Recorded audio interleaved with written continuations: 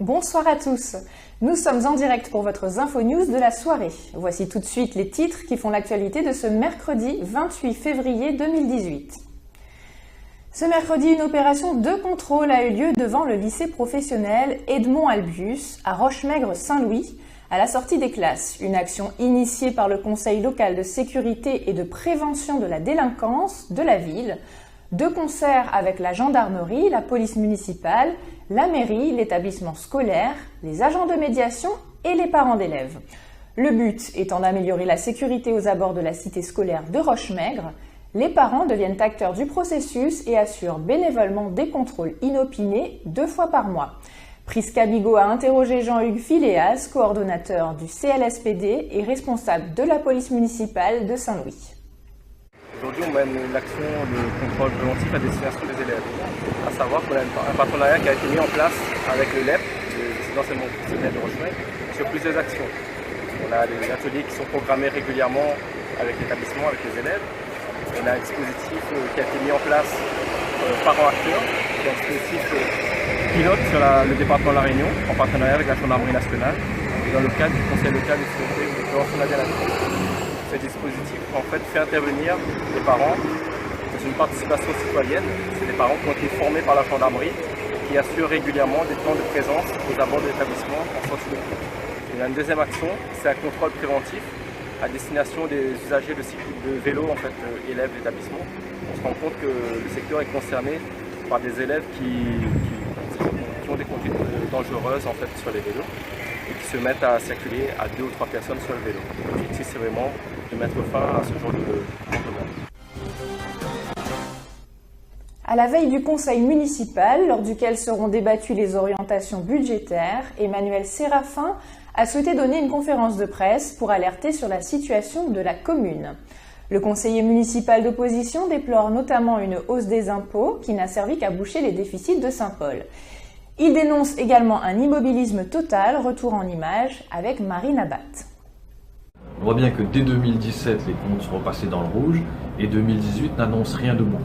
Et aujourd'hui, les Saint-Paulois payent plus d'impôts et ont moins de services publics. On voit bien au niveau des déchets que Saint-Paul n'a jamais été aussi sale et que si le foyer de dingue se développe sur la commune de Saint-Paul, c'est pas pour rien, parce que y a un état d'abandon qui est notable sur le terrain.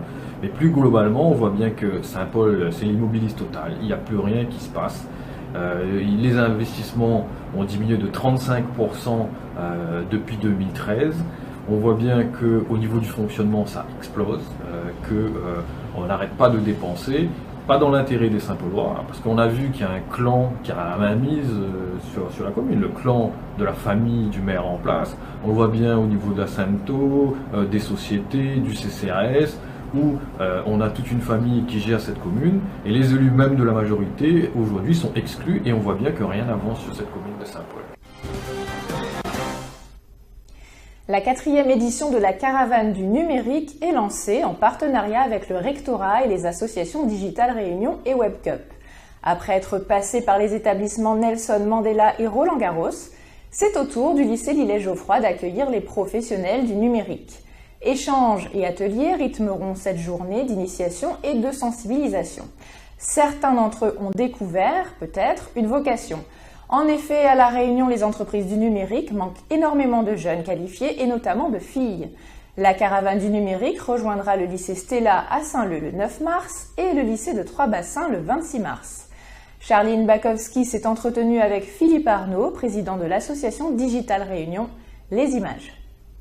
On va les déplacer et on a fait un choix finalement de lycées et collèges qui sont, on va dire, les plus proches des différents bassins d'emploi. Voilà, et donc d'où l'idée de la caravane, parce qu'on se déplace, on va vers les jeunes en région, en micro-région. Le premier impact qu'on mesure, c'est que toutes les nouvelles formations au numérique qu'on a contribué à faire arriver avec nos partenaires, je pense notamment à la région, à l'État, à la CCI, aux différentes collectivités, PCI et même parfois mairies, toutes ces nouvelles formations qui ont atterri à La Réunion, elles trouvent preneur. C'est-à-dire que maintenant, on avait à une époque où, par défaut, on va dire, de vocation, ces formations ne trouvaient pas preneur. Il n'y avait pas de garçons, de filles qui venaient en nombre suffisant pour démarrer ne serait-ce l'information elle-même. Maintenant, c'est plus le cas. En tout cas, c'est de moins en moins le cas. Et il nous arrive que certaines en refusent du monde. Alors là, je lance un appel. Il y a encore besoin du cursus de formation numérique à La Réunion. Et le président de la FNTR, Jean-Bernard Karoupaille, ainsi que sa compagne, Lineda Hamassami, sont passés devant le tribunal correctionnel de Saint-Denis ce mardi soir.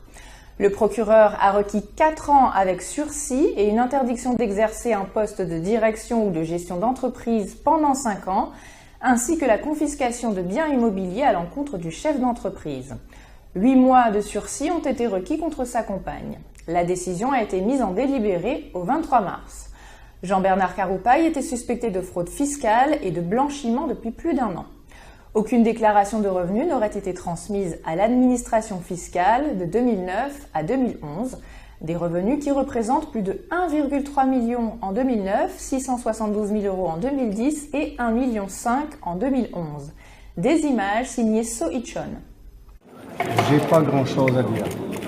J'attends le délibéré comme vous, qui a été annoncé par le président du tribunal le 23 mars.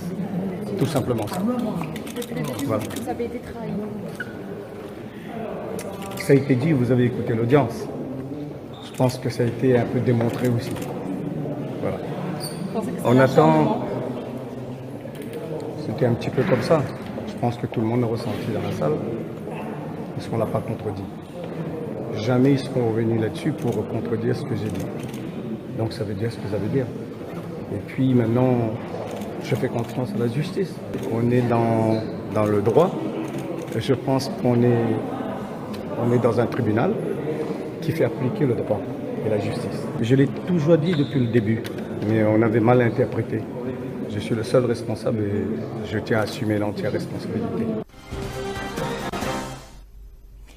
Et enfin, la préfecture a communiqué ce mercredi les prix à la pompe à compter du jeudi 1er mars à La Réunion. Et bonne nouvelle, après plusieurs hausses consécutives, les prix sont de nouveau à la baisse.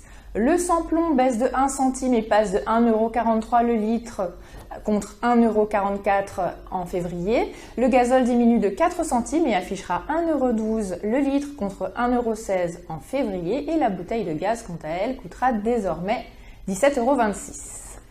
Attention, suite aux dernières précipitations, la circulation sur la route du littoral a été basculée sur les voies de la chaussée côté mer entre la Grande Chaloupe et la Possession.